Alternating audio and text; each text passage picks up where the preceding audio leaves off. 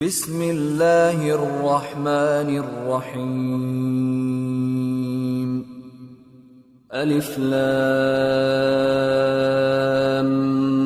मीम।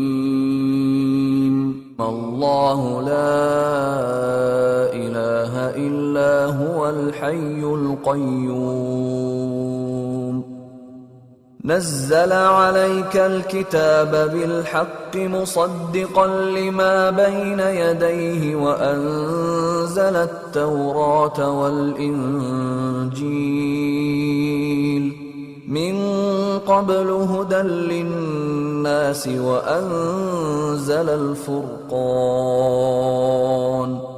इन्नल्लज़ीन कफ़रू बिआयातिल्लाहि लहुम अज़ाबुन शदीद वल्लाहु अज़ीज़ुन ज़ुन्तिक़ाम। इन्नल्लाह ला यख़फ़ा अलैहि शैउन फ़िल अर्दि वला फ़िस समाअ। हुवा अल्लज़ी युसव्विरुकुम फ़िल अर्हाम कैफ़ यशाअ। ला इलाहा इल्ला हुवल अज़ीज़ुल हकीम। हुवा अल्लज़ी अंज़ल अलैकल किताब मिन्हु आयातुन मुहकमातुन हुन्न उम्मुल किताब व उखरु मुतशाबिहात।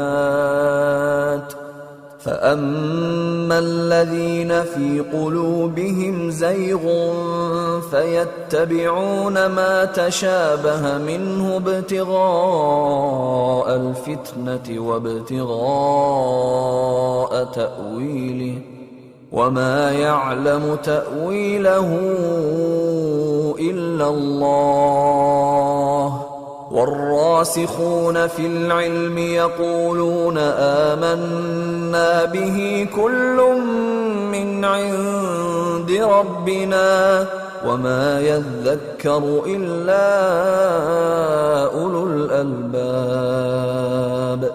ربنا لا تزغ قلوبنا بعد إذ هديتنا وهب لنا من لدنك رحمة إنك أنت الوهاب.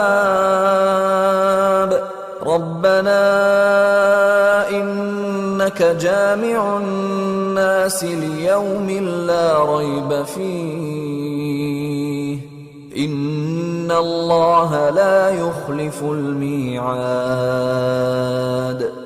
शुरू अल्लाह का नाम लेकर जो बड़ा मेहरबान निहायत रहम वाला है।